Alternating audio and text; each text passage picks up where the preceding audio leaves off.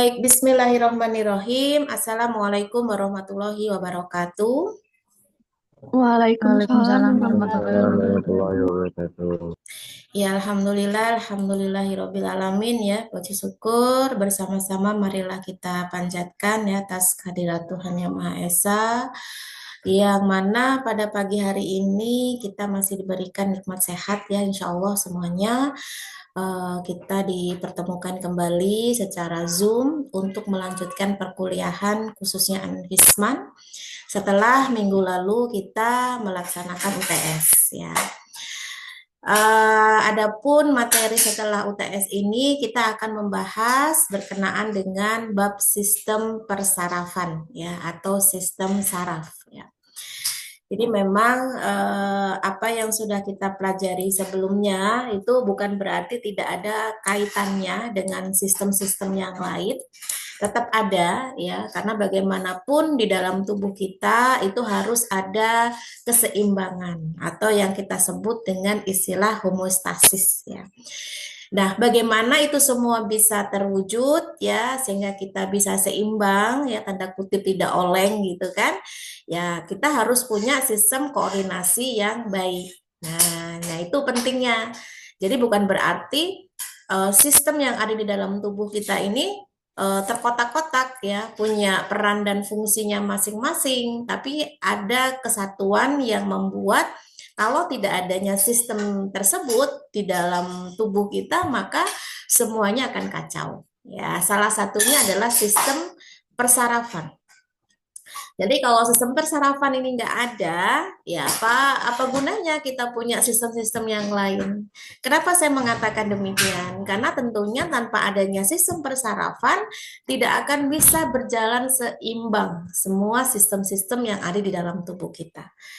Jadi itulah pentingnya sistem persarafan ya. Jadi bisa kita simpulkan sebetulnya. Jadi sistem persarafan ya atau sistem saraf itu kita sebut sebagai sistem informasi yang terintegrasi.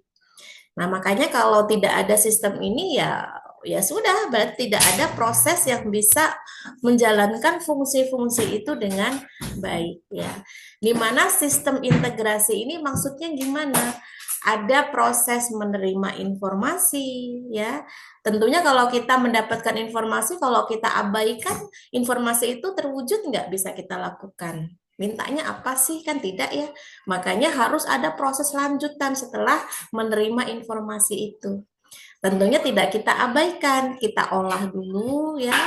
Dari apa yang sudah kita olah itu atau yang sudah kita pahami, kita bisa menentukan respon apa yang harus kita munculkan atau tindakan apa yang harus kita lakukan, kan begitu pada umumnya kalau kita mendapatkan informasi, kan begitu ya. Jadi dengan adanya respon itu akhirnya bisa memberikan perintah atau instruksi ya ke tubuh kita untuk melakukan hal tersebut. Nah, karena ini adalah sistem saraf yang ada di dalam tubuh kita, berarti respon itu bisa memberikan perintah kepada organ-organ yang memang diminta untuk melakukan sesuatu ya, atau bisa dikatakan tindakan. Nah, itu ya. Jadi organ kita tidak akan bisa bergerak, tidak akan bisa berfungsi kalau tidak ada instruksi yang diberikan oleh tubuh kita. Nah, itulah peran dari proses homeostasis gitu. Jadi kalau tubuh kita tidak seimbang, tentunya banyak organ-organ kita yang akhirnya tidak bisa bekerja dengan baik ya. Ibarat lampu lalu lintas itu tidak berjalan dengan baik itu. Ya, antara kanan sama kiri itu mungkin sama-sama hijau, nabrak ya. Terus yang depan sama yang berhadapan sama-sama merah, artinya tidak ada yang berjalan. Ya, itu ya. Jadi itu adalah sistem yang tidak boleh berantakan. Nah, sistem saraf itu terdiri dari jaringan saraf ya. Jadi sudah dijelaskan di awal bahwasanya memang semua sistem-sistem yang ada di dalam tubuh kita ini itu ada penyusunnya.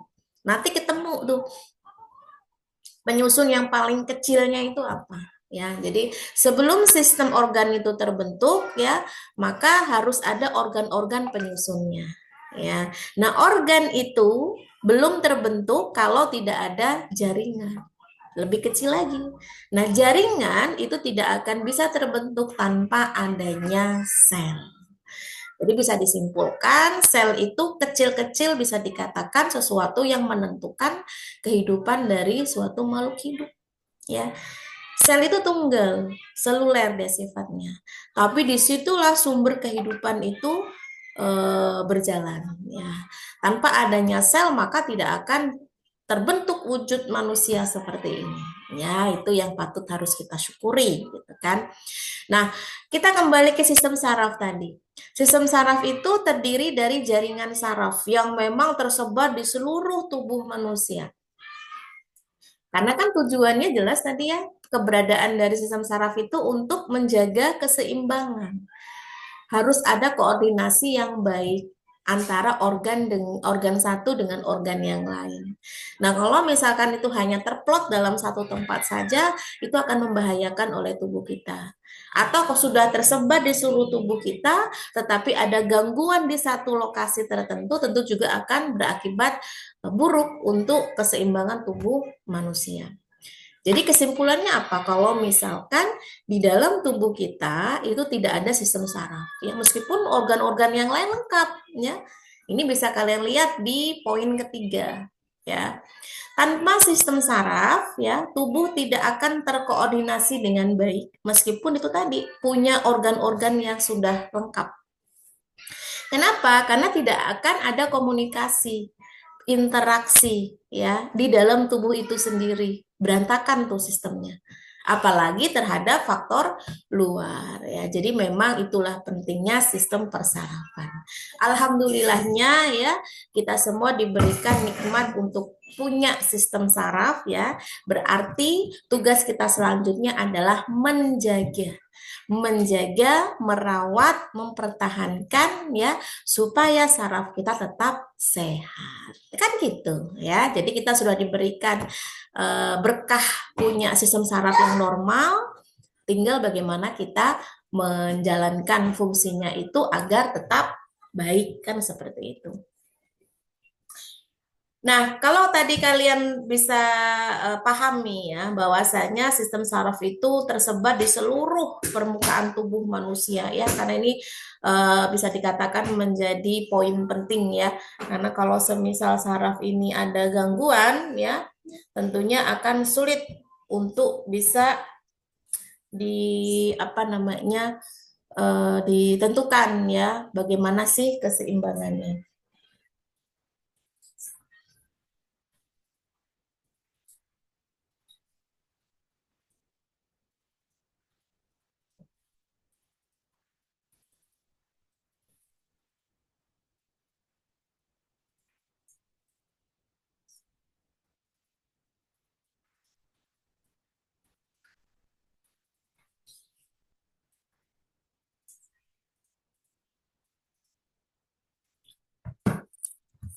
Baik, kita masuk ke sistem saraf secara umum di dalam tubuh manusia. Ini adalah pembagian-pembagiannya ya. Jadi sistem saraf itu secara umumnya itu digolongkan menjadi dua golongan besar ya. Kita semua punya ini ya. Alhamdulillahnya kita punya, artinya baik tinggal bagaimana kita menjaganya kan begitu. Nah, sistem saraf itu ada sistem saraf pusat, ada sistem saraf perifer atau kita kenal dengan sistem saraf tepi. Ya. Nah, yang namanya sistem saraf pusat itu berarti dia center ya. Pusat itu kan berarti yang memang dia itu sifatnya dominan dan memang menentukan keseimbangan secara khusus begitu ya. Di mana tubuh manusia itu punya sistem saraf pusat itu ada dua ya, otak sama sumsum tulang belakang ya. Jadi jangan dianggap hanya otak saja yang memang harus kita lindungi ya, tapi juga sumsum tulang belakang. Karena sumsum tulang belakang itu pun juga merupakan sistem saraf pusat. Kok bisa demikian? Nah, nanti bisa kita lihat ya alasannya kenapa. Makanya memang bagaimana sih kita bisa menjaga area di kepala kita ya yang memang itu ada bagian otak ya dan di seluruh belakang tulang belakang kita. Ya sebenarnya semuanya butuh dilindungi sih, tapi dalam tanda kutip itu tidak boleh terkena benturan. Ya sebisa mungkin tidak boleh terkena benturan. Ya. Nah untuk otak ini itu terbagi menjadi eh, 4 ya. Ada otak besar, ada otak kecil, otak tengah, dan otak depan. Ya, ini yang ada di area kepala kita. Jadi memang dalam hal ini meskipun kesannya itu terlihat sama, ya, tetapi dia punya pembagian. Nah, mana pembagian ini tentunya berkaitan dengan fungsinya masing-masing atau perannya masing-masing. Karena tentunya untuk otak besar itu fungsinya berbeda dengan otak kecil. Begitu pula otak tengah dan otak depan. Ya. Kemudian sumsum tulang belakang. Nah, untuk yang sistem saraf perifer ya atau sistem saraf tepi, ini ada sistem saraf somatis ya. Kemudian ada sistem saraf otonom. Nah, itu ada dua ya pembagiannya. Jadi ada sistem saraf somatis, ada sistem saraf otonom. Nah, untuk yang sistem saraf otonom, ini ada pembagian lagi. Ada parasimpatis, ada simpatis. Ini mapnya ya, jadi biar kalian nggak bingung nanti ketika sudah ngebahas satu persatunya. Ya, jadi kalau sistem saraf pusat itu ada otak sama sumsum tulang belakang.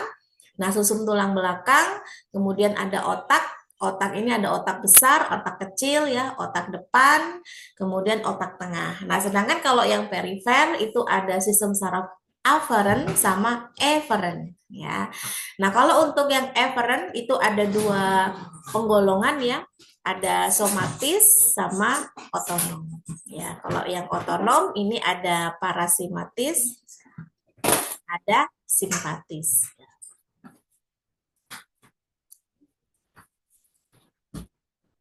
Nah, kita masuk ke sistem saraf secara umum dulu. Ya, nanti kita akan tahu bedanya. Secara khususnya itu sistem saraf pusat sama sistem saraf perifer itu apa sih gitu ya perbedaannya kok ada penggolongan secara apa terpusatnya sama yang dia ada di area yang lebih luas ya atau mungkin di bagian tepi-tepi kan begitu di dalam tubuh kita. Nah, secara umum, sistem saraf ini bisa dikatakan sebagai jalur utama untuk informasi ya, di mana fungsinya untuk mengendalikan seluruh proses biologis oleh saraf itu ya, dan gerakan tubuh. Jadi jangan dipikir kita itu mainan jari seperti ini ya, tangannya dicetok-cetok kayak gini itu karena nggak ada sistem saraf. Ini peran utamanya sistem saraf malahan ya, yang menggerakkan itu semua. Jadi ini semua kalau kalian sedang beraktivitas ya, itu kan pasti ada instruksi oleh otak kita. Ya, saya harus ngapain nih gitu kan. Saya harus kalau saya lapar ya saya berarti ngambil makan. Kalau saya mau kuliah ke kampus, berarti saya harus datang ke kampus misalkan. Nah, itu adalah instruksi-instruksi yang membuat kita akhirnya mengambil tindakan, kan begitu. Tapi memang ada beberapa gerakan yang tidak disadari oleh tubuh kita, ya. Tidak semuanya gerakan yang ada di dalam tubuh kita itu kita menyadari. Contohnya apa, Bu? Nggak usah lah apa dalam waktu yang lama ya. Coba 5 menit yang sudah berjalan ini berapa kali mata kita berkedip? Ada yang menghitungnya, ya. Tapi bukan berarti sengaja menghitung ya, tapi memang benar-benar kalian menyadari kalau kedipan mata kita itu kita sadari. Nah, itu bukti. Ya, karena sesuatu tanpa kita sadari itu ternyata bergerak secara otomatis ya. Kemudian apa yang ada di dalam tubuh kita misalkan seperti jantung ya. Nah, kalau posisi tidur kan kita posisi tidak sadar. Lah kalau posisi tidak sadar ternyata jantung kita berhenti kan berarti itu gawat ya. Artinya ada sesuatu yang membuat tubuh kita jadi tidak normal kan begitu. Akhirnya bisa dikatakan jantung itu pergerakannya tidak disadari ya. Karena kalau disadari nanti kalau manusia tidak sadar berhenti itu jantung ya. Contohnya pas istirahat, pas tidur kan tidak sadar itu ya. Tapi nyatanya ketika dalam kondisi istirahat jantung kita tetap berdenyut ya. Nah, di tabel ini bisa kalian lihat ya perbedaan secara umumnya antara sistem saraf pusat sama perifer ya. Yang pertama, namanya juga pusat ya. Pusat itu kan berarti dia yang melihat secara keseluruhan fungsi-fungsi yang ada di dalam tubuh kita. Jadi sistem saraf pusat itu lebih berat tugasnya ya, mengendalikan sistem koordinasi tubuh. Di seluruh tubuh kita harus ada yang memantau. Ya, ini sistem saraf pusat. Ya, leadernya ya. Nah, kalau sistem saraf perifer ini enggak ya, ini cabang-cabangnya ya, bukan pusatnya, ini cabangnya gitu. Jadi kalau ada orang bikin usaha ini utamanya ini ya pusatnya, nah ini cabangnya. Tapi bukan berarti tidak ada koordinasi, tetap ada koordinasi ya. Jadi saraf perifer itu beda dengan sistem saraf pusat yang memang mengendalikan keseluruhan. Kalau sistem saraf perifer ini dia mendeteksi ya dan mengirimkan sinyal-sinyal yang ditunjukkan itu tadi ya, misalkan ada beberapa kebutuhan-kebutuhan tubuh yang harus dipenuhi gitu kan berupa impuls elektrokimia sebagai informasi. Tubuh kita ini beda loh dengan kita yang memang kalau look dari luar kan kita punya mulut gitu ya, bisa menyampaikan keinginan kita apa. Tapi kalau secara fisiologis tubuh kita, organ-organ kita nggak bisa ngomong gitu. Jadi harus ada yang memberikan informasi. Nah, informasi itu tentunya tidak cukup hanya dilihat, didengar saja gitu ya. Tadi yang saya sampaikan di awal, kalau kita mengabaikan informasi kan berarti ya sudah tidak ada kelanjutan gitu kan. Tapi kalau untuk sistem saraf ini bahaya. Kalau ada informasi tapi tidak diteruskan ya. Jadi informasi sudah diterima, lalu apa berikutnya harus diteruskan ke sistem saraf pusat. Jadi cabang itu tadi apa dapat informasinya diteruskan ke pusat. Ini kalau nggak diteruskan ke pusat, nggak akan melakukan tindakan apa-apa gitu ya. Ini bahaya sekali kalau itu terjadi di dalam tubuh kita. Misalkan kebutuhan insulin kita itu harus diekskresikan insulinnya, tapi tubuh kita cuek, pankreasnya cuek ya sebagai organ yang mensekresikan insulin. Bahaya nggak banget gitu. Jadi makanya dalam hal ini tidak hanya sekedar menerima informasi, tetapi juga meneruskan informasi itu kemana? Ke sistem saraf pusat untuk ditindaklanjuti. Maunya apa sih? Kan begitu ya. Nah, kemudian apa namanya sistem saraf pusat ini dia berperannya ya menerima dan menginterpretasikan maunya apa sih kan gitu ya sinyal yang itu dari sistem saraf pusat dan mengirimkan sinyal itu kembali baik sadar maupun tidak sadar. Ya, jadi sebetulnya ada gerakan-gerakan kita yang tidak sadar itu bukan berarti tidak diteruskan ke sistem saraf pusat. Tapi tergantung sistem saraf pusatnya yang mana. Kan ada dua tuh tadi ya, otak sama sumsum tulang belakang ya. Nah, kalau yang disadari itu diterusannya ke otak. Makanya kita sadar gitu.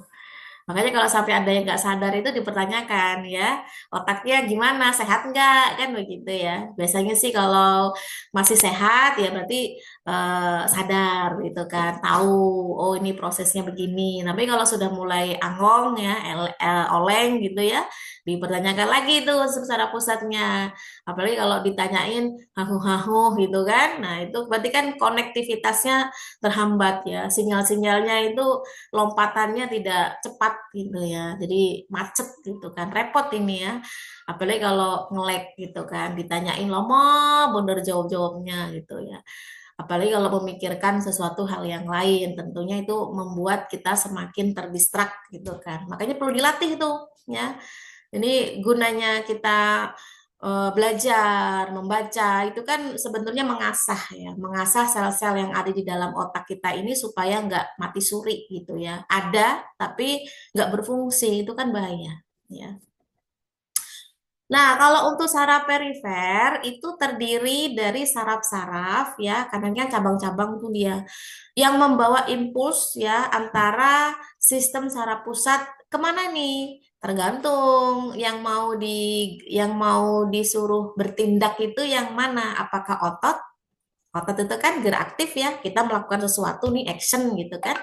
Atau kelenjar, kalau misalkan itu dalam bentuk hormon, misalkan harus disekresikan insulin yang tadi saya sebutkan, ya itu juga merupakan instruksi gitu ya. Atau organ, ya organ mana yang mau kita suruh untuk bertindak? Apakah mata kita suruh melek atau suruh merem, kan ya?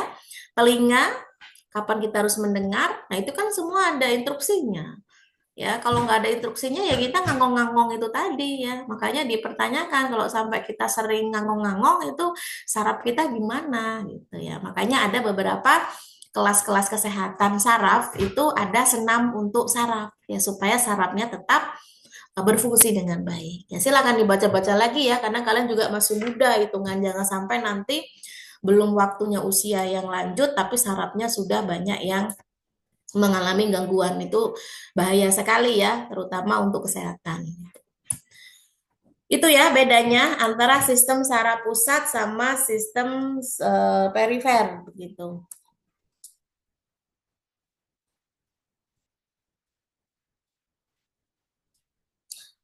Baik, sistem saraf pusat yang pertama adalah otak ya. Nah, ini adalah bentuk dari otak secara anatominya.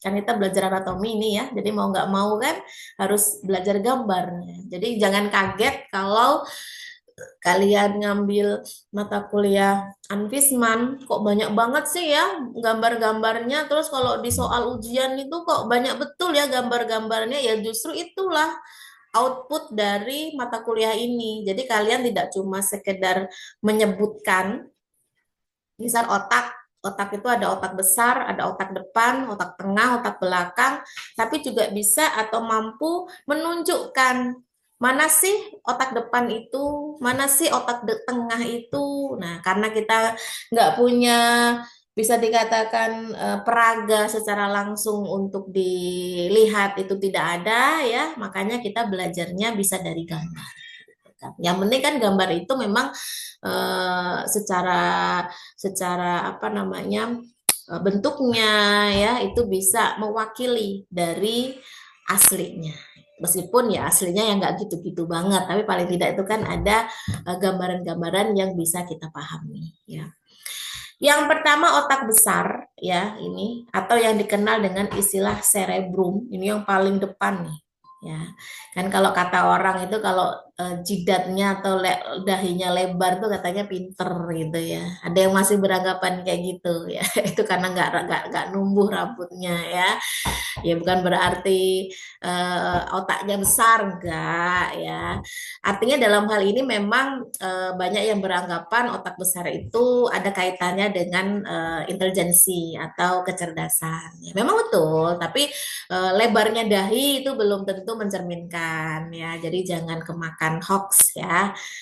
Nah, yang kedua otak depan. Nah, otak depan ini atau yang disebut dengan diencephalon ya, ini ada pembagiannya ya di dalamnya. Ini sudah disebutkan di materi-materi sebelumnya ya. Ada talamus ya, ada hipotalamus, ada kelenjar pituitari. Loh kok kaitannya dengan yang memproduksi hormon ya, Bu? Nah, itulah ya. Jadi sebetulnya otak kita ini tidak boleh ada gangguan. Karena sampai ada gangguan, sistem di seluruh tubuh kita mati, ya. Jadi istilahnya sudah tidak berfungsi. Kita mungkin hanya bisa mengingat, ya. Nauzubillah min zalik ya. Jangan sampai kita diberikan ujian seperti itu. Otak kita masih aktif, tapi kita tidak mampu melakukan apa-apa, ya. Aktif tuh maksudnya masih bisa apa namanya mengingat ini siapa ya, tahu ini jenis makanan apa, tapi dia tidak bisa ngomong, tidak bisa melakukan tindakan apapun, itu berarti sudah tidak bisa meneruskan informasi-informasi itu gitu ya. Jadi sudah lumpuh ya. Kalau kalian pernah dengar istilah lumpuh otak gitu kan, dia masih hidup tapi tidak bisa melakukan kegiatan apapun. Yang ketiga, otak tengah atau kita kenal dengan midbrain dan otak belakang. Nah, ini otak tengah nih ya. Ini nggak bisa kelihatan kalau secara visual dari luar ya, karena dia letaknya ada di bagian dalam ya. Ini otak belakang itu ada pembagiannya lagi ya. Otak belakang itu ada otak kecil atau kita kenal dengan cerebellum, ada pons sama medula oblongata. Dan ini adalah sumsum tulang belakang sampai ke bawah ya. Nah, ini adalah bagian otak. Di mana letaknya otak manusia? Ya di kepala, kan begitu. Jadi bukan berarti mentang-mentang kita sudah diberikan tengkorak ya, tulang tempurung yang memang difungsikan untuk melindungi otak, kita sudah tidak lagi memperhatikan keselamatan pada saat berkendara ya. Karena kebanyakan dari kita itu pakai helm itu karena takut ada polisi gitu ya, apalagi di musim razia seperti ini gitu kan. Bukan berarti takut kecium aspal gitu kan. Tapi itu tadi ya, kadang kesadaran untuk diri sendiri itu kurang. Saya kurang paham kenapa kok orang itu minder pakai helm, apa mungkin cantik gantengnya jadi hilang atau gimana gitu ya. Padahal kan sebetulnya itu untuk melindungi eh, otak kita salah satunya ya. Jadi jangan kepedean kita bakal aman kalau misalkan itu terbentur dengan benda yang keras ya. Itu ya, jadi bisa dilihat di sini secara anatominya, mana sih otak besar, mana sih otak tengah, ya, otak belakang, ya. Ya paling tidak kalau kita tidak melakukan pembedahan secara langsung, ya, tapi paling tidak dari gambar bisa dipelajari, ya. Kita lanjut untuk yang kedua, kita mau lihat pembagian ya dari otak besar. Jadi otak besar yang tadi disebutkan di awal tadi ya, itu masih ada penggolongan lagi. Jadi ada dua apa namanya penggolongan untuk berdasarkan strukturnya. Yang pertama itu bagian luar ya, yang kita kenal dengan istilah cortex cerebrum itu bagian luar ya. Terus yang kedua, ini bagian dalam atau yang kita kenal dengan ganglia dasar ya. Nah, untuk bagian luar ya, ini ada lapisan yang berwarna abu-abu. Nah, area abu-abu itu namanya adalah area gray matter ya, yang mana di dalamnya itu punya miliaran badan-badan dendrit atau sel saraf. Nah, disinilah pusatnya itu ya. Jadi ada area untuk sensorik, ya, ada area untuk motorik, sama area yang kaitannya untuk apa ya, merekam memori gitu. Memori yang memang itu berdasarkan ada kaitannya dengan kecerdasan. Makanya sebetulnya masuk akal ketika orang cerdas itu biasanya memorinya bagus ya. Jadi karena memang ini berkaitan gitu ya antara area sensorik, area motorik sama area asosiasinya atau area yang kaitannya dengan memori seperti itu. Nah, kalau area sensorik ini ada beberapa yang bisa kita pahami ya, yang kaitannya untuk menerima segala impuls atau rangsangan yang itu bisa bersumber dari cahaya, ya. Kemudian pengecapan dan suara. Jadi nggak heran ya kalau otak kita ini luar biasa banget. Kita cukup satu kali, dua kali mendengar suara orang, ketika kita tidak melihat orang itu dan ada suaranya, kita tahu itu suara siapa. Ya, karena memang otak kita bekerja dengan baik, begitu. Ada area motorik ya, ini biasanya yang bisa dianggap sebagai apa tindak lanjut dari informasi yang sudah diterima ya ada actionnya yang itu akan diteruskan dengan adanya gerakan ya misalkan bisa disebut untuk proses pengendalian otot ya jadi otot itu kan gerak aktif ya jadi tanpa adanya otot tentu kita tidak bisa bergerak dengan baik seperti itu. Nah, kemudian ada juga gerakan motorik yang sifatnya refleks. Yang tadi yang saya katakan di awal ya. Refleks itu tanpa diaba-aba tiba-tiba gerak karena adanya ancaman ya. Misalkan nggak sengaja kaki kita itu nginjek duri, itu kan refleks ya kita lompat gitu kan. Nah, itu adalah gerakan-gerakan yang memang dibutuhkan ya secara cepat gitu. Yang terakhir ini adalah area asosiasi ya. Jadi dia akan merekam semua hal yang sudah kita lalui berdasarkan pengalaman-pengalaman yang dialami oleh tubuh itu ya. Bisa dikatakan juga sebagai tempat untuk menyimpan memori ya. Kemudian kecerdasan juga. Nah, kemampuan berbahasa itu juga ditentukan di area bagian luar otak besar ini. Ya, jadi ada kemampuan-kemampuan kita untuk memahami beragam bahasa ya, karena kita belajar itu akan lebih mudah untuk diserap begitu. Yang kedua, bagian dalam ya. Kalau bagian luar itu namanya adalah apa tadi, berwarna abu ya. Kalau di dalam itu warnanya putih, makanya disebut dengan white matter. Nah, di sini dia mengandung dendrit dan akson bermielin. Nah, lapisan ini dia lebih tebal ya ketimbang korteks, karena di dalam-dalam ya dia ya. Nah, dia fungsinya untuk melakukan koordinasi gerakan, ya, pengatur gerakan yang sifatnya juga yang tak sadar tadi, yang sama seperti yang sudah dijelaskan di bagian korteks, kognisinya, kecerdasannya, dan emosionalnya. Ya, jadi kita sebetulnya alami loh, kita punya rasa emosi itu alami banget ya. Jadi kalau nggak ada emosi, kayaknya perlu dipertanyakan itu otaknya ya. Tapi emosi yang seperti apa? Emosi itu kan bisa diwujudkan dalam bentuk semangat ya, dalam bentuk tidak mudah berputus asa, bukan emosi yang tanda kutip yang suka marah-marah aja ya, ngoceh-ngoceh aja. Nah, itu emosi yang tidak baik ya.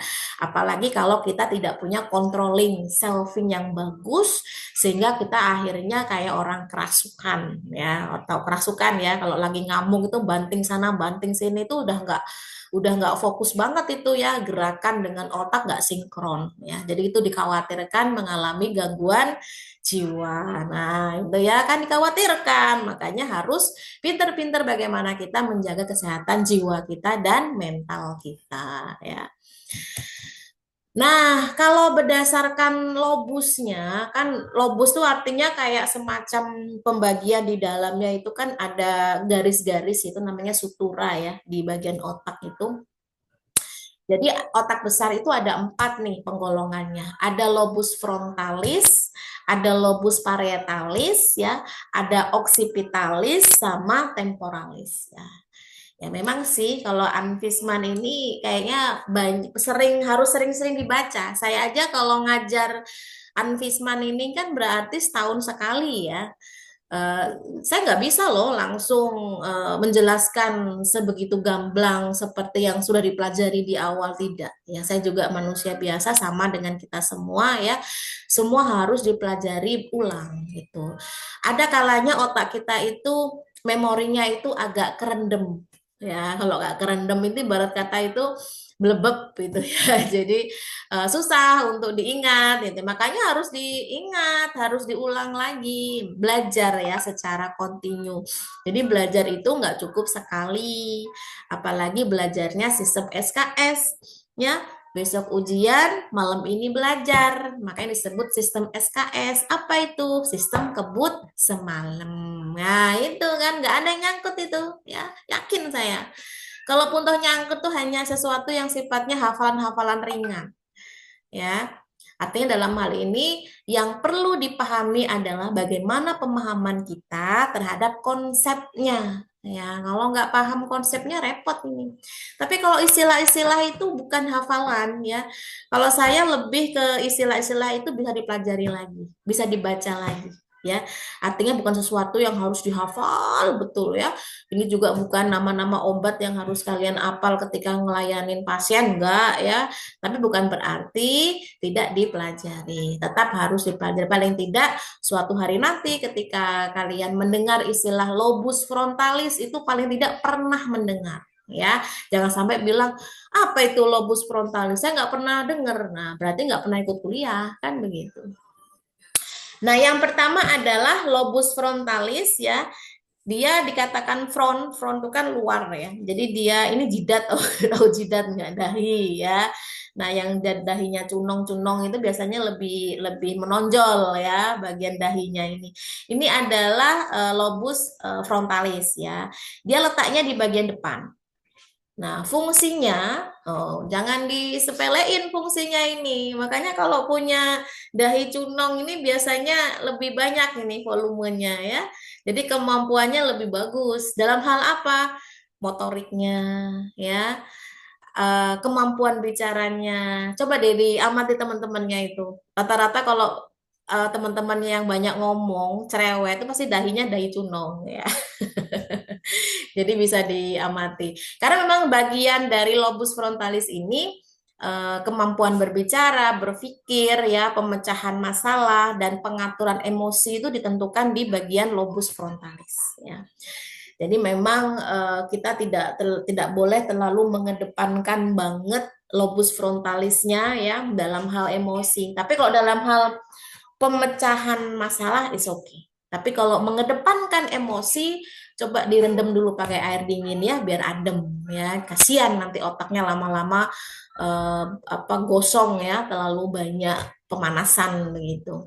Yang kedua, lobus parietalis.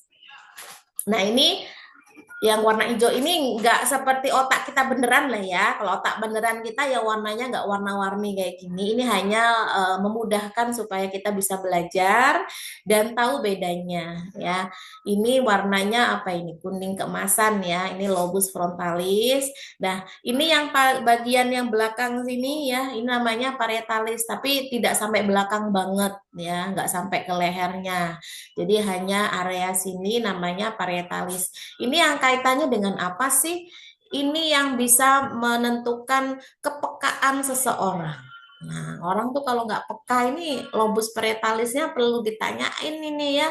Tahu temennya sakit, nggak ditanyain. Nah, nggak ya, beda, itu beda ya. Kalau itu sifatnya hanya personal saja secara kejiwaan ya. Balik lagi kejiwaan kan. Tapi kalau di sini maksudnya rasa itu bisa secara fisik ya, ada tekanan suhu ya atau rasa sakit, itu yang mengatur adalah lobus parietalis. Jadi disitulah dia bisa memberikan informasi-informasi terkait tubuh-tubuh mana saja yang memang bisa dirasakan sakit sebelah mananya ya. Karena memang kita tidak bisa ketika yang sakit bagian ujung kaki atau di bagian tangan kita nggak merasakan, tetap semuanya merasakan karena adanya sistem saraf itu tadi ya. Lobus occipitalis ya, ini yang paling belakang nih ya.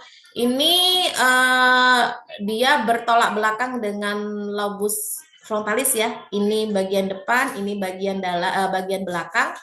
Ini sebagai tempat untuk pusat penglihatan secara visual.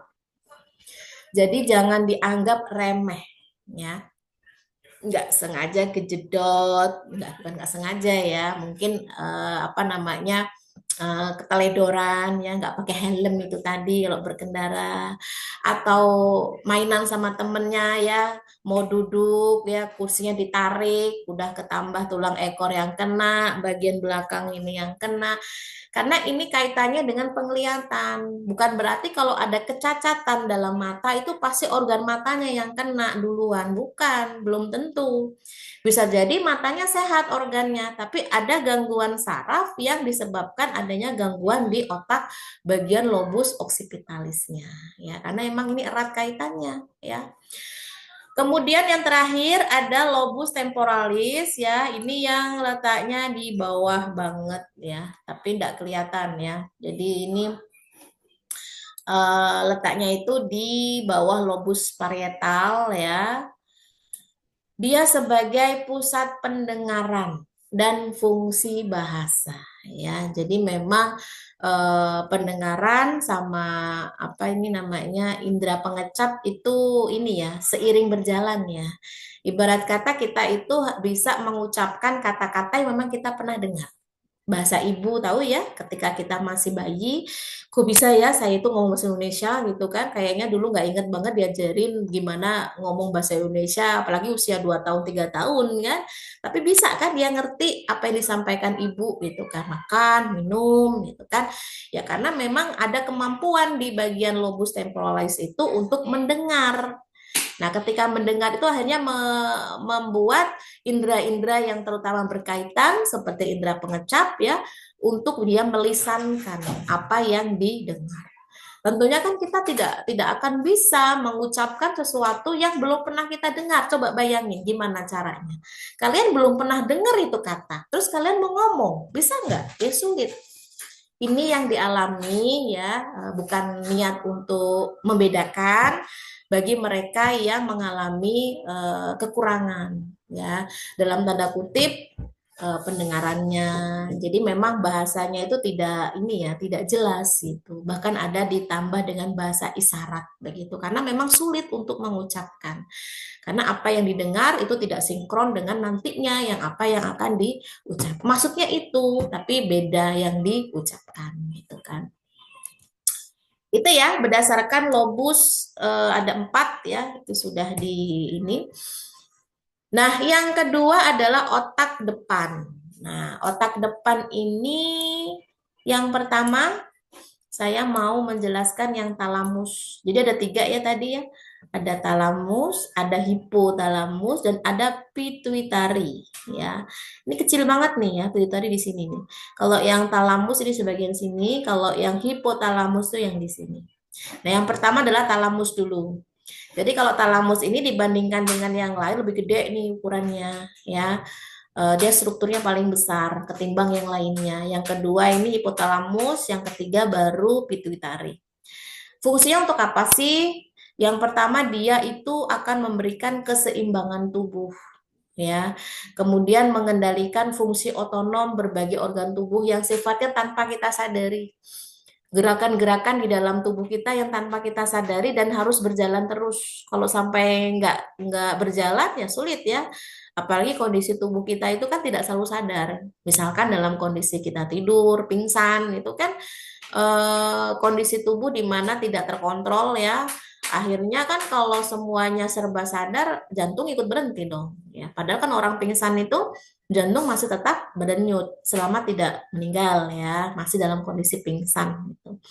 Atau kondisi di mana kita di anestesi misalkan ya, kalau sampai anestesinya juga menenggelamkan jantungnya ya repot juga ya, bagaimana cara menyelamatkan bagi mereka-mereka yang harus di bedah ya, apalagi itu sifatnya pembedahan besar gitu. Nah, kemudian talamus ini juga mengatur ekspresi wajah ya, tersenyum, cemberut, lainnya. Jadi kita itu sebetulnya punya loh modal untuk melakukan itu semua. Tapi bukan berarti kita menerapkan itu semua. Jadi kalau kalian pernah lihat edukasi anak-anak ya, anak-anak itu kan dikenalkan wajah-wajah, ekspresi wajah-wajahnya. Oh ini loh nak, ekspresi wajah marah tuh kayak gini gitu kan. Gemes tuh kayak gini gitu kan, ketawa tuh kayak gini, sedih itu kayak gini. Nah, itu kan sudah dikenalkan agar si anak ini bisa mengekspresikan apa yang dia rasa. Jangan aslinya dia sedih malah ketawa. Ya boleh sih kalau ingin menghibur, tapi mungkin teman-temannya pada bingung gitu kan. Ini kelainan apa gimana gitu kan. Jadi ya sedih itu biasanya ekspresi sedih gitu kan. Kemudian kalau tertawa ya tertawa. Ini enggak ketawa malah nangis gitu kan. Nah, itu repot. Makanya dikenalkanlah ekspresi-ekspresi itu karena memang ada yang mengatur secara khusus. Ya ini si talamus ini. Kita bisa melakukan itu semua. Tapi tidak semua bisa kita terapkan di kehidupan kita sehari-hari gitu kan. Ya kalau bisa dibanyakin ya senyumnya saja ya. Yang lain-lainnya nggak usah gitu. Karena dalam tanda kutip kalau kita cemberut itu akan mempengaruhi psikologi kita. Ya, kalau kita marah itu psikologi itu juga akan terganggu. Coba kalau tersenyum, mau apapun masalah kita, tentu kita akan bisa bahagia kan begitu. Kalau sama-sama berat, sama-sama susah, ngapain ya? Cemberut semakin berat ya, ya sudah dibuat happy saja. Kan itu kunci kehidupan yang baik ya, supaya tidak terlalu terbebani dan akhirnya akan mengalami apa? Gangguan mental. Itu yang paling dihindari ya. Kesehatan mental itu harus dijaga.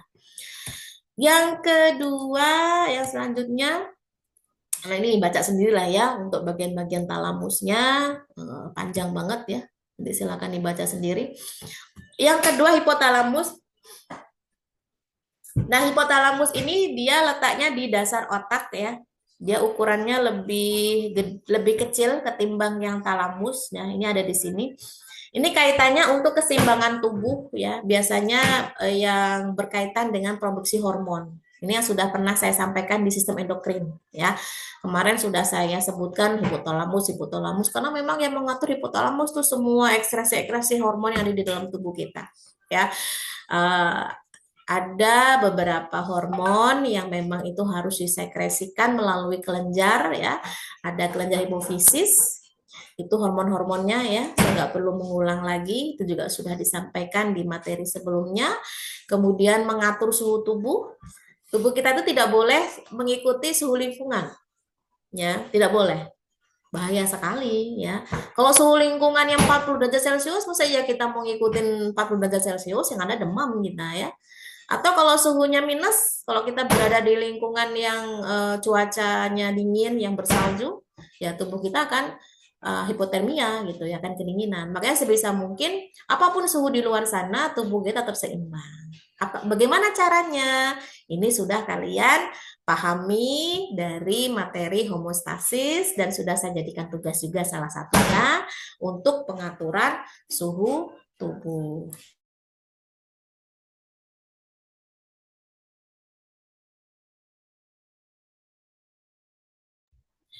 Kemudian mengendalikan makanan dan asupan air seperti lapar, haus ya, kapan saya lapar, kapan saya haus, itu sih yang ngatur ya hipotalamus ini ya.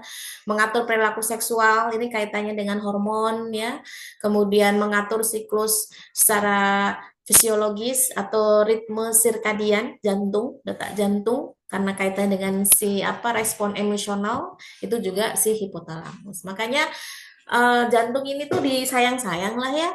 Kalau mau dipacu itu buat olahraga saja ya, untuk melatih otot jantung ya.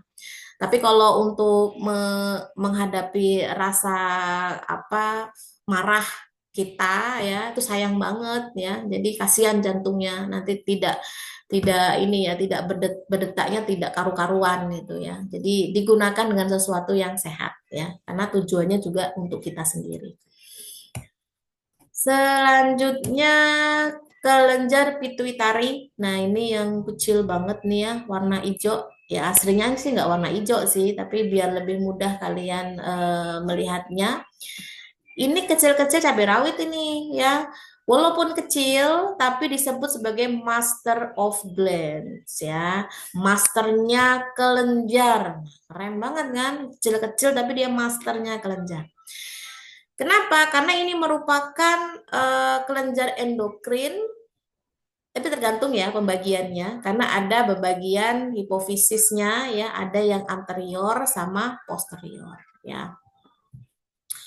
Jadi ini area yang anteriornya ya, ini adalah area yang posteriornya yang memang pembagiannya dari yang kecil ini nanti ya, makanya dia agak berlekuk ya bentuknya, karena kalau digedein tuh bentuknya kayak gini kurang lebihnya ya. Jadi ada pembagian, ada yang anterior ada yang posterior ya. Nah, untuk yang anterior ya atau yang bagian depan, nah ini yang anterior ya. Jadi anterior itu bisa dilihat ya di sini. Kalau dilihat dari perannya banyak banget ya, yang kaitannya memang dengan produksi hormon. Tapi untuk yang anterior ini memang dilihat dulu pembagiannya. Berdasarkan apa? Lobus ya. Ada lobus anterior, ada lobus intermedia, sama lobus posterior. Ini untuk yang hipofisis anterior khususnya, yang bagian depan ya, yang saya lingkari. Kalau yang lobus anterior ini kaitannya dengan produksi hormon. Ada hormon tiroksin, ya, ada hormon ACTH, FSH, LH, ya, prolaktin, ya. Ini nggak perlu saya jelaskan lagi karena sudah dijelaskan di sistem endokrin ya. Silakan dibaca-baca. Kalau intermedia juga ini ya, juga kaitannya dengan hormon ya, tapi hormonnya berbeda dengan yang sebelumnya. Hormonnya adalah hormon STH ya, atau somatotrop gonadotrop. Nah, ini hormon pertumbuhan. Ya, ini juga sudah dipelajari di endokrin. MSH ini kaitannya dengan pigmentasi kulit ya. Jadi ya jangan dianggap apa ya, pigmen yang membuat kulit kita lebih gelap itu jelek. Ya. Sebetulnya kita perlu merubah mindset. Ya, cantik itu tidak mesti putih. Apakah orang yang berkulit gelap itu jelek? Kan tidak, ya. Karena sebetulnya itu hanya mindset kita saja. Tapi kalau dilihat dari fungsinya, kenapa kulit gelap? Itu karena pigmentasinya tinggi. Ya. Nah, ketika pigmentasinya tinggi, berarti apa? Perlindungan terhadap sinar-sinar UV yang jahat, ya, atau yang lainnya, itu akan terlindungi dengan adanya melanosit ini, ya. Karena kalau semisal tidak ada pigmen ini tentunya akan terserap oleh tubuh kita dan akhirnya bisa menyebabkan berbagai kelainan. Ya, makanya sebetulnya kita tidak boleh menghilangkan pigmen itu tadi. Kalau mau menjaga kesehatan kulit yang ada itu menyegarkan, melembabkan, tapi tidak menghilangkan pigmen. Ya, kalau menghilangkan pigmen berarti kalian sama aja merusak payung yang ada di tubuh kita. Artinya apa? Ketika terpapar sinar matahari, coba dilihat orang-orang yang seperti itu kalau terpapar sinar matahari udah kayak udang rebus ya, merah-merah itu. Artinya dalam hal ini perlindungan untuk tubuhnya sudah tidak ada karena menggunakan skincare yang abal-abal itu tadi. Makanya hati-hati ya para hawa ya. Jadi harus diperhatikan. Kalau memang secara genetik kulit kita gelap atau sawo matang, ya nggak masalah ya. Karena sebetulnya cantik itu tidak mesti harus putih. Ya, itu yang perlu dipahami. Yang selanjutnya lobus posterior, ini juga kaitannya masih dengan hormon, tapi hormonnya beda ya. Ada oksitosin, ada ADH. Ya, ini semua tergantung dari posisi lobusnya. Kemudian yang posterior ya, posterior itu yang sebelah belakang nih. Tadi yang kita bahas yang ini yang sekarang nih, posterior ya. Ada dua bagian, ada nervosa, ada infundibulum ya. Ini bagian belakang dari neurohipofisis sebagai tempat untuk menyimpan oksitosin dan ADH. Kalau infundibulum ini sebagai tempat terhubungnya kelenjar hipotalamus dan kelenjar hipofisis. Itu fungsinya dari masing-masing ada di bagian nervosa sama infundibulum. Selanjutnya otak tengah. Ini bisa dikatakan otak tengah karena memang posisinya memang di tengah ya, di sini nih. Tapi dia lebih kecil. Kenapa? Karena dia ukurannya jauh lebih kecil ketimbang otak-otak yang lain. Tapi kecil-kecil cabai rawit ya. Jangan disepelekan sesuatu yang kecil itu. Kenapa? Karena kalau dilihat dari fungsinya, ini kalau sampai ada gangguan di bagian otak tengah, udah wassalam semua ya. Kenapa? Satu, dia mengatur fungsi penglihatan dan pendengaran. Ya, kedua, dia mengontrol motorik gerakan mata ya dan mulut nih imbang. Yang ketiga, menyampaikan pesan-pesan sensoris panas, nyeri, keras itu adalah tugas dari otak tengah. Jadi kalau otak tengahnya bermasalah, berarti ini semua akan menjadi problem yang tidak terselesaikan ya. Kalau masalahnya karena adanya kerusakan. Makanya dijaga baik-baik itu semua bagian otak ya supaya tidak ada satupun bagian yang mengalami gangguan. Kan tugas kita itu hanya menjaga ya dari apa yang sudah Tuhan berikan begitu. Kalau sudah diberikan tapi nggak dijaga itu namanya tidak bersyukur kan gitu ya. Bagaimana Allah akan memberikan rezeki kalau kita tidak bersyukur dari apa yang sudah Allah berikan kepada kita. Bagaimana Allah akan melebihkan kalau kita juga tidak bersyukur atas apa yang sudah kita terima. Nah, otak tengah itu terdiri dari tegmentum, tektum, sama pedunculus cerebri. Baca sendirilah ya, banyak banget. Yang keempat, otak belakang. Nah, ini otak belakang itu yang pertama ada disebut dengan otak kecil ya. Ini yang paling belakang di tengkuk belakang tuh ya. Kenapa dikatakan otak kecil? Karena memang dia berukurannya 10% dari seluruh otak. Jadi dia itu memang volumenya lebih kecil ketimbang yang otak-otak yang lain ya, bukan otak-otak makanan ya. Otak-otak maksudnya ada otak besar, ada otak depan, ada otak-otak yang lain. Nah, fungsinya meskipun dia disebut otak kecil itu tadi, tapi otak kecil ini unik ya. Otak kecil, tapi dia tidak bukan yang paling kecil. Yang paling kecil apa tadi? Otak tengah kan? Nah, ini otak kecil itu maksudnya volumenya dia lebih kecil ketimbang dengan yang lainnya dari keseluruhan otaknya. Dan memuat lebih dari 50% sel saraf di otak ya. Nah, fungsinya yang pertama menjaga keseimbangan ya. Misal nih, berjalan di jalanan yang miring ya, ini kalau orang yang nggak ada latihan ya sulit ini, makanya semua fungsi otak itu perlu dilatih. Kalau kalian pernah ikut kelas-kelas atau pelatihan-pelatihan yang sifatnya untuk upgrade diri ya, itu pasti akan diajari senam otak pasti ya, bagaimana menyeimbangkan antara gerakan kanan dan kiri ya. Kita diinstruksikan memegang kepala yang disebut tangan, tapi kan kita nggak fokus ya, yang dipegang coba dipegang tangan, tapi instrukturnya megang kepala. Pasti yang lain kalau nggak fokus megang kepala juga, gitu ya. Padahal ini bukan tangan. Nah, itu karena kita nggak bisa mensinkronkan apa yang kita lihat dengan apa yang kita pahami dengan realitanya. Itu bahaya sekali ya. Gampang ketipu atau gampang dihipnotis. Makanya orang-orang yang terhipnotis sebenarnya bukan ilmu yang sifatnya hebat banget, bukan kok ya. Nauzubillah kalau kita jangan sampai terkena ya hipnotis itu, apalagi kita lagi ada masalah gitu. Itu mengelabui kefokusan kita, si hipnotis itu. Sebetulnya nggak mesti harus punya kemampuan khusus, dia harus berguru sampai ke mana gitu, enggak ya. Karena memang pertama itu akan diajak ngobrol ya, diputar balikan sampai dia tuh bingung gitu ya, sampai dia lupa diri dia siapa gitu kan. Ya karena itu kecanggihan dia untuk membuat otak kita itu tidak sinkron. Itu ada ilmunya memang. Ya, tapi jangan itu disalahgunakan ya. Artinya dalam hal ini kita perlu dimanapun berada kewaspadaan diri tetap fokus. Ya, kalau orang Islam dimanapun tempat kita berada, kita disuruh ngapain? Berzikir. Nah, ketika berzikir itu kan kita mengingat Allah.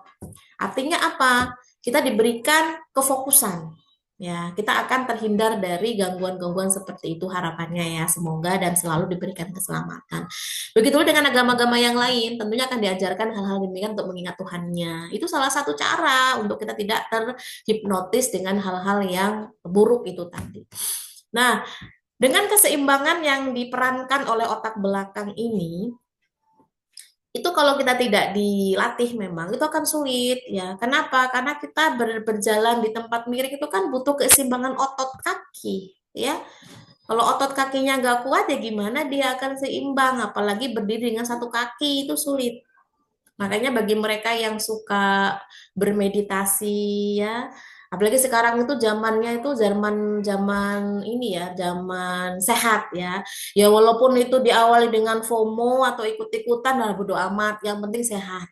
Ya, ada jalan bersama, lari bersama, olahraga bersama. Ya itu kan tujuannya kan untuk menguatkan otot-otot di dalam tubuh kita ya, agar dalam kondisi apapun kita tetap kuat, tetap sehat ya.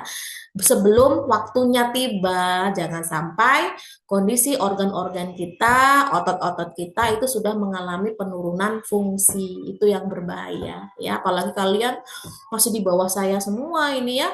Ada yang mungkin di atas usia saya. Paling paling tua di sini yang umur berapa? Ada yang umur 30, nggak ada kan? Nah, itu. Jadi ya harus diupayakan untuk tetap hidup sehat. Ya, hidup sehat tuh nggak harus dari kontrol makanan, tetapi kontrol fisik juga harus digencarkan. Ya. Kemudian mengatur koordinasi dan gerakan tubuh ya. Nah, ini mengatur kekuatan beberapa otot yang berbeda dalam satu waktu ya, sehingga menghasilkan gerakan-gerakan yang mulus ya. Ini sangat tidak beraturan ketika ada orang yang mabok ya, bukan mabok kendaraan, bukan mabok alkohol ya. Tapi alhamdulillahnya di Indonesia tradisi alkohol ini masih menjadi sesuatu yang tabu ya. Kalau masih punya rasa malu ya. Artinya kita masih menjaga tradisi itu, alhamdulillah. Bahkan semua agama pun tidak mengajarkan untuk mabuk-mabukan ya. Tapi kalau di luar negeri sana mungkin karena memang lingkungannya itu dingin ya, mungkin saja mereka menghangatkan tubuhnya itu dengan minum alkohol. Tapi pun alkoholnya juga alkohol yang memang itu adalah minuman yang bermerek gitu ya, yang sesuai dengan harganya, nggak oplosan kayak di Indonesia. Nah, itu yang kadang kita ini lucu ya. Kalau saya ketika ngelihat drama Korea gitu ya, mungkin di sini banyak yang suka juga nih ya, pecinta drakor. Ketika mereka minum alkohol tuh kayaknya enak aja ngelihatnya gitu ya, minum soju ya, kemudian minum alkohol yang gelas kecil-kecil itu kita nggak ngerasa apa ya buruk gitu kan. Ya sudah itu kan kebiasaan mereka. Tapi kalau ngelihat di Indonesia yang pakai botol-botol oplosan ya, apalagi sampai nyungsep-nyungsep di pinggir-pinggir trotoar ya, nah, itu jijik ngelihatnya ya, jatuhnya itu ih apaan sih gitu ya. Apalagi itu alkohol murahan ya. Artinya murahan itu ya oplos sana oplos sini. Jatuhnya apa? Meresahkan masyarakat, akhirnya merepotkan kesehatan yang ngurusin orang-orang yang tidak mau mengurusi dirinya sendiri ya. Yang ketiga, proses pembelajaran gerakan dan fungsi kognitifnya. Jadi memang masih ada kaitannya otak belakang itu dengan kognisinya kita ya, atau kecerdasannya kita dalam hal memori ya. Misalkan kita sudah pernah belajar nih, sudah pernah baca ini materi, tapi insya Allah nanti kapan ketika ada yang menyebutkan istilah yang sudah kita baca, itu pasti ada memori yang tertinggal. Iya ya, kayak saya pernah ingat ini. Nah, karena nggak dilatih, makanya lupa gitu. Makanya harus kita latih. Sama kayak kita belajar naik sepeda, naik motor. Kalau cuma sekali, saya yakin memorinya akan hilang. Ya, ada tapi nggak lancar. Gimana caranya lancar? Ya harus dilatih terus. Ya sama dengan belajar secara umum. Tapi bukan berarti tiap hari ngadepin Anfisman terus ya enggak lah. Yang ada mual nanti nama muntah gitu kan. Tapi ya di sela-sela waktu ada materi dibaca sekilas saja. Karena sebetulnya prinsip belajar itu tanpa kita sadari. Kalau kita belajar, gimana caranya? Tanpa kita sadari adalah ketika kita belajar, udah lupakan habis itu. Sesuatu itu akan baru terasa ketika masanya sudah tiba dan kita diberikan pertanyaan dan kita bisa menjawab. Nah, itulah makna dari hasil belajar yang tanpa kita sadari. Karena proses yang berkelanjutan itu tadi. Nggak beda kayak kalian yang bekerja di pelayanan kefarmasian, jadi TTK misalkan, ya, atau jadi asisten apoteker misalkan.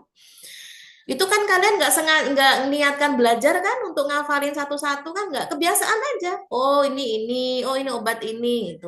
Nanti lama kelamaan karena saking sudah terbiasa itu nggak usah dibelajari udah tahu ini adalah obat itu, ini dosisnya sekian, ini untuk ini itu jarak lama. Nah kita sedang mengupayakan belajar yang seperti itu. Gimana caranya? Itu sangat menyenangkan sekali.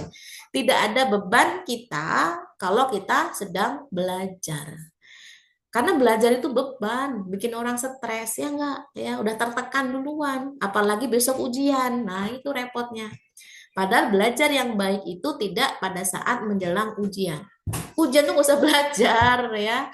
Kalau saya dulu ingat ketika pernah pernah jadi guru bimbel ya, dulu zaman kuliah. Saya malah tidak membolehkan siswa saya tuh belajar untuk besok ujian. Saya minta hari ini mereka refresh, ya, jalan-jalan kemana, makan kemana, gitu. Karena saatnya otak itu disehatkan kembali, direfreshkan kembali. Jangan besok ujian pagi sampai siang, ketemu sore sampai malam lagi, besok pagi lagi, belajar terus. Ternyata besok ujian soalnya nggak ada yang keluar. Nah, kan sedih banget ya. Makanya kenapa harusnya itu dari jauh-jauh hari. Ya, itulah sistem otak kita itu tidak bisa seperti mesin printer yang ngeluarin kertas terus sesuai dengan instruksinya. Ya kalau printernya sehat sih ya ya aja. Kalau printernya udah nggak sehat, apa yang mau dikeluarin? Yang ada macet gitu kan. Nah itu adalah sebagai bentuk kalau semua alat apapun itu ya termasuk otak ya harus ada masa-masa dia istirahat atau di refreshkan ya. Yang selanjutnya pons ya. Pons ini seperti batang ya bentuknya. Maka disebut dengan batang otak. Dia ada di kayak ada di apa sih namanya antara ya antara bagian otak sama sumsum tulang belakang, penghubung ya, penghubung. Nah, dia fungsinya macam-macam nih ya. Yang pertama sebagai jalur saraf ya. Karena ini kaitannya dengan fungsi dari masing-masing organ tubuh ya, contohnya seperti gerakan mata, fungsi telinga dan lain-lain gitu kan. Karena semua tergantung dari penugasan saraf-sarafnya. Ada saraf trigeminal, ini kaitannya dengan sensasi dan gerakan pada wajah ya, juga untuk proses mencerna, pencernaan ya, dan melahap pada proses makan ya. Ada saraf abdusen, ini mengelola aktivitas mata ya. Ada saraf facial, ini mengelola otot-otot wajah. Jadi kita bisa tersenyum, menaikkan alis, ya, menampakkan beraneka ragam ekspresi wajah itu ya karena saraf fasial itu tadi. Makanya kan kalau di kesehatan kecantikan itu ada senam wajah ya. Jadi bukan dijelek-jelekin wajahnya bukan, karena memang itu senam wajah ya. Coba di search aja di Google ya atau tanya sama AI. Senam wajah itu gimana? Itu kan untuk melenturkan, merilekskan ya otot-otot. Karena bisa jadi eh, kulit kita ya, apalagi kalau kalian masih muda, kalau udah di atas usia 35 tahun tuh resiko kerutan emang ada ya. Tapi biasanya kalau mereka yang punya modal gitu kan ya, ada perawatan, ada treatment gitu kan untuk mencegah kerutan-kerutan atau keriput-keriput yang ada di kulit. Tapi kalau sampai usia-usia yang belum 30 tapi sudah ada kerut-kerutan, sudah ada tanda-tanda mukanya itu mengalami penuaan dini gitu kan. Nah, itu berarti perlu dipertanyakan ya. Jadi bagaimana sih kesehatan pencernaan kita, kemudian bagaimana sih kesehatan kulit kita ya, dan ada nggak usaha kita untuk menjaga supaya otot-otot di area wajah kita tetap seimbang ya, dengan senam otot itu tadi ya. Itu sesuatu yang gratis ya, dan kita bisa lakukan mandiri di rumah tanpa harus kursus gitu. Cari aja ya, bagaimana sih senam apa otot wajah ya. Ya, kalau sebelum-sebelumnya belum kepikiran ya, alhamdulillah sekarang saya ngomong silahkan ya, karena untuk kesehatan wajah juga ya, jangan sampai terlambat nantinya gitu.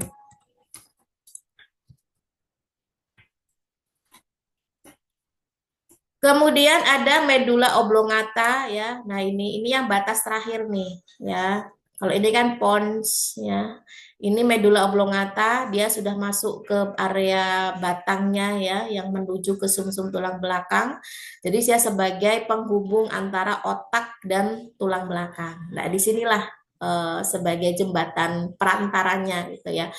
Di sini terjadi beberapa hal yang memang harus dijaga ya, jangan sampai nanti ada kelainan karena fungsinya banyak banget ini ya. Dia mengatur refleks tubuh, dia merangsang terjadinya rasa haus ya. Kenapa sih kita itu harus ada refleks rasa haus? Kenapa? Bu, padahal kalau nggak haus, enjoy aja loh, Bu. Puasa itu kalau di bulan Ramadan, saya senangnya malah kalau bisa nggak usah ada rasa haus, biar saya puasanya nggak terasa, misalkan. Itu ada yang tahu kenapa kita harus punya gerak refleks, bukan gerak refleks ya, sorry. Untuk punya rasa supaya kita itu penanda ya, tubuh kita itu sedang haus. Ada yang tahu kenapa? Biar nggak dehidrasi ya, Bu. Betul sekali. Siapa itu tadi? Rahma. Saya, Bu. Iya, Oke, Bu. saya catat ya namanya ya. Betul, supaya tidak dehidrasi. Kalau dehidrasi nggak ketahuan, bahaya banget ya. Artinya dalam hal ini dehidrasi itu harus diupayakan ya tubuh kita tetap tercukupi untuk cairannya. Kalau bagi kita yang sudah dewasa, kita bisa ngomong, saya haus gitu ya. Kita pasti bisa nyari minum sendiri. Nah, ini yang berbahaya ketika usia masih bayi ya. Jadi kan mereka bayi nggak mungkin ya untuk bisa ngomong kecuali nangis. Tapi ada juga tipe bayi yang kalau tidur itu kepanjangan banget ya. Seneng nih ibunya ya.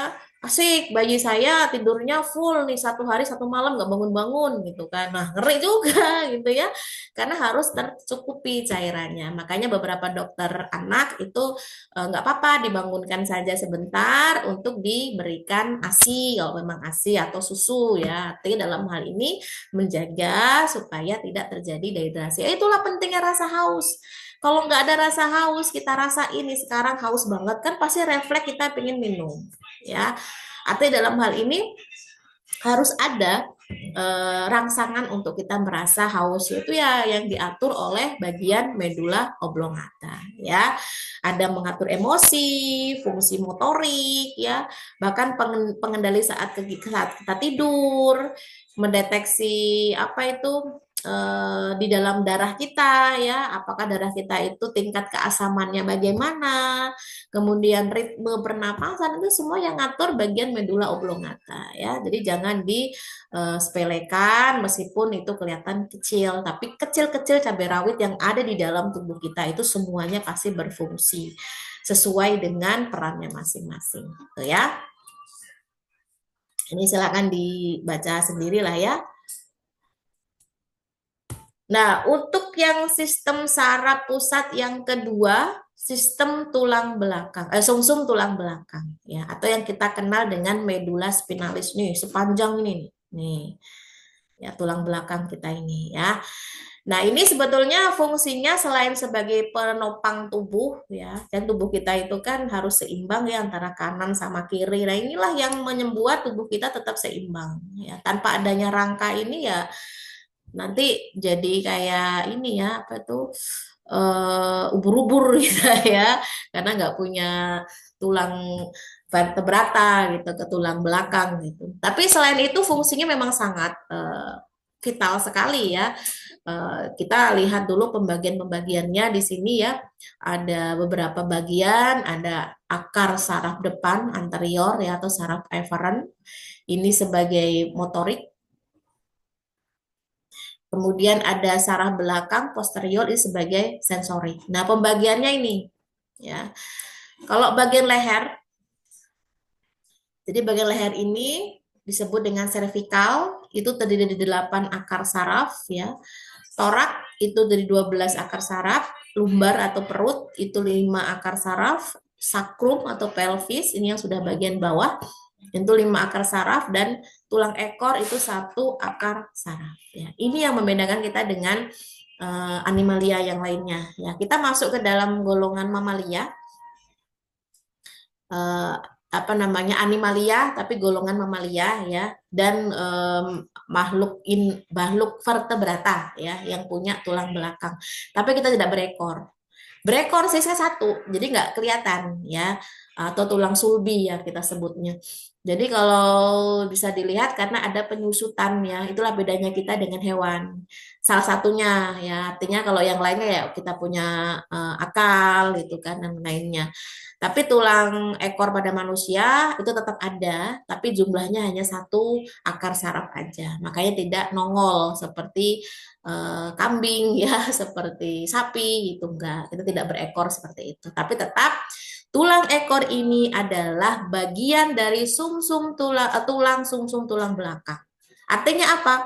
Kalau sampai ada gangguan di bagian ini, ya sudah sepanjang itu juga akan mengalami gangguan. Makanya ada kejadian ya, nauzubillah min dzalik sampai jangan sampai terjadi ke kita atau ke anak kita nanti ya. Mungkin dia niatnya bercandaan ya dengan temannya lagi duduk di kelas ditarik. Pernah ya dengar kalian itu viral waktu itu.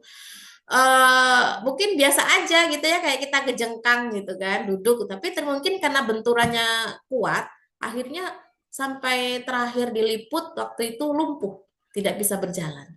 ya. Karena memang semuanya itu ada di situ, pusat-pusat koordinasi tubuh itu ada di situ. Makanya hati-hati banget dengan area kepala dan sepanjang tulang belakang ya. Bagaimana caranya kita menjaga kesehatan itu ya sebetulnya semua demi siapa ya demi kita gitu ya dan keluarga kita. Kan jangan sampai nanti keluarga kita akan menjadi sesuatu yang beban ya karena mengurusi kondisi yang tidak baik untuk tubuh kita. Nah, ini pembagiannya seperti ini ya. Ini bagian apa namanya leher, servikal, ini bagian torak atau dada ya, ada 12 pasang. Ada kemudian di bagian perut, lumbar ya, dan ini bagian sakral. Sakral itu sakrum ya. Apa itu namanya tempat kalau untuk laki-laki dan perempuan yaitu tempat-tempatnya ini apa namanya reproduksi ya, rahim ya kalau perempuan ya dan tulang ekor itu.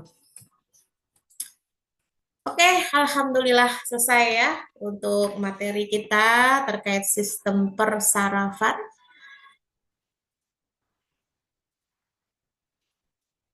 Sebelum saya tutup ya, karena waktu juga sudah habis. Ada yang mau didiskusikan? Silahkan. Jadi besok itu ini ya, nanti saya sharekan di grup ya untuk modul ini apa namanya praktiknya. Itu nanti silakan dikerjakan, tidak usah Zoom ya. Waktunya juga nanti saya berikan dalam waktu seminggu ya. Jadi tetap nanti kalian mengerjakan dalam waktu yang ditentukan. Nanti silakan dibuat semacam laporannya ya. Kalau untuk besok kan waktu cuma 1 jam, jadi nggak mungkin cukup kan untuk mengerjakan. Kalau butuh cukup nanti mungkin tidak berkualitas yang tidak baik. Jadi saya berikan waktu sampai minggu depan ya jadi untuk bisa dikerjakan. Ya, silakan Citra.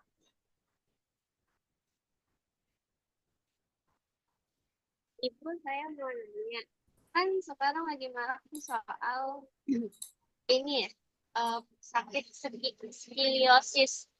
Nah, itu tuh terjadi pasti pada tulang-tulang kita selain karena kita tuh gara-gara sering bawa apa kayak kurang seimbang gitu bawa. Apa yang terjadi sama sama ini kita ini tulang belakang kita? Oke, agak terputus-putus tapi saya coba nangkep ya, skoliosis. Jadi tulangnya itu dia tidak normal. Jadi bentuknya itu bengkok banget. Sebenarnya tulang kita tuh bengkok ya belakang ini, tapi bengkoknya itu dia melengkungnya itu ngikutin garis tubuh kita. Jadi tidak melengkung seperti apa itu rute jalan ruwet gitu ya.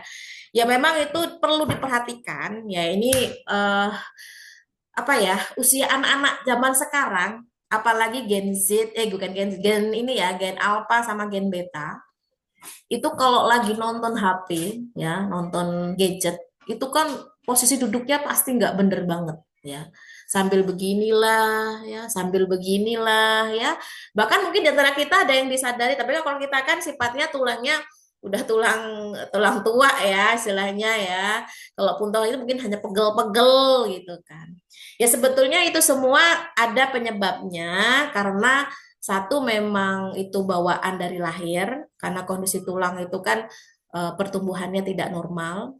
Ya itulah kenapa untuk saat ini ya, mungkin kalian nanti ke depannya ketika sudah menikah, kemudian hamil itu harus dicek USG ya.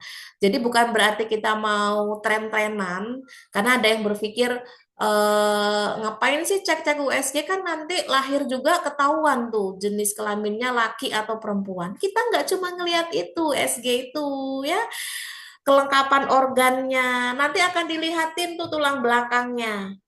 Bu, ini namanya tulang belakang, tuh bentuknya kayak gini. Nah, itu dilihat di situ. Jadi kalau ada kelainan-kelainan, itu akan segera ada upaya apakah itu masih bisa dibenerin atau memang udah enggak ya.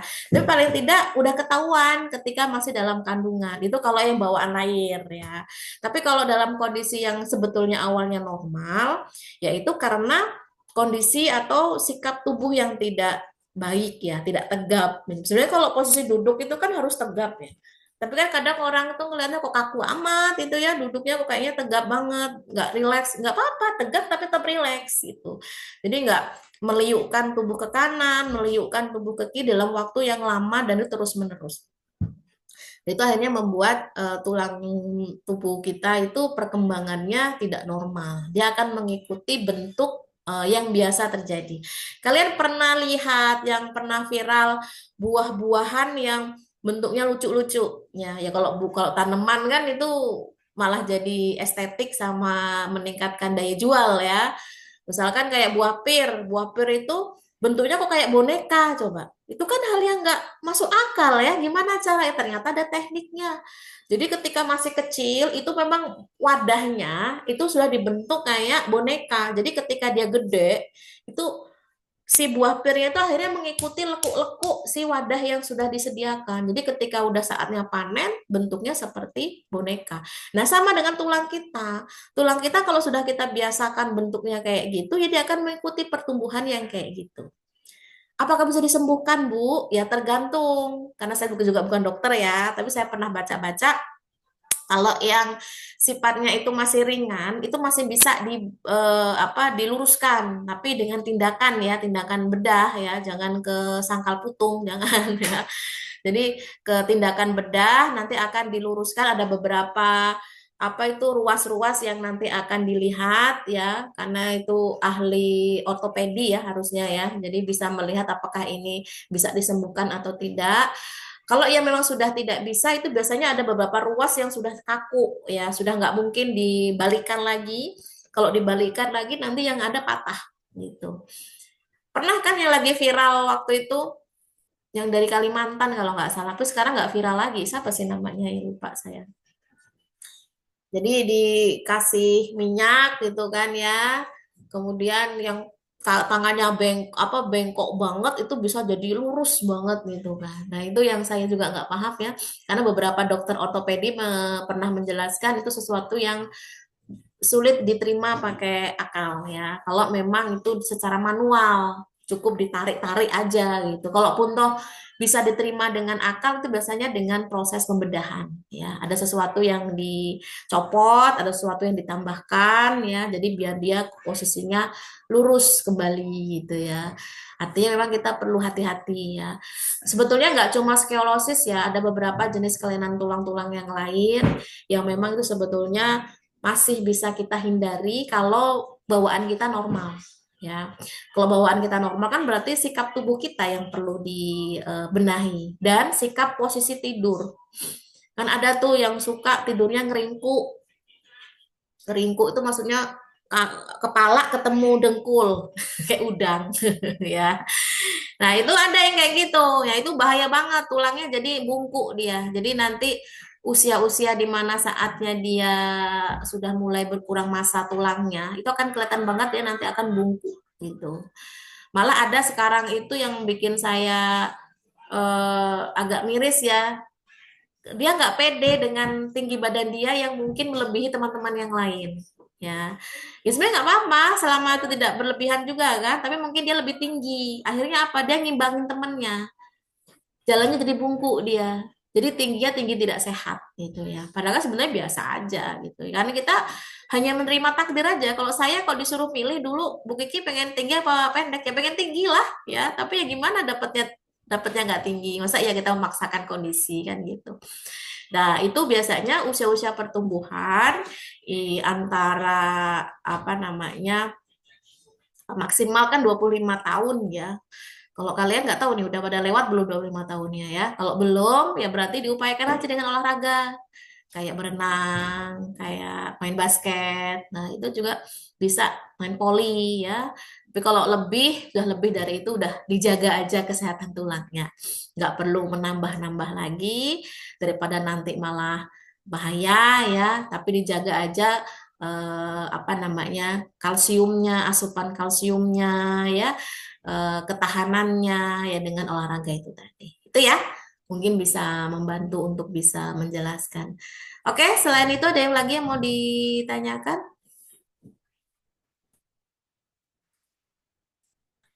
Cukup ya. Waktunya sudah pukul setengah 12 ya. Kita akhiri. Saya juga belum menyusun modul yang mau saya sharekan ya.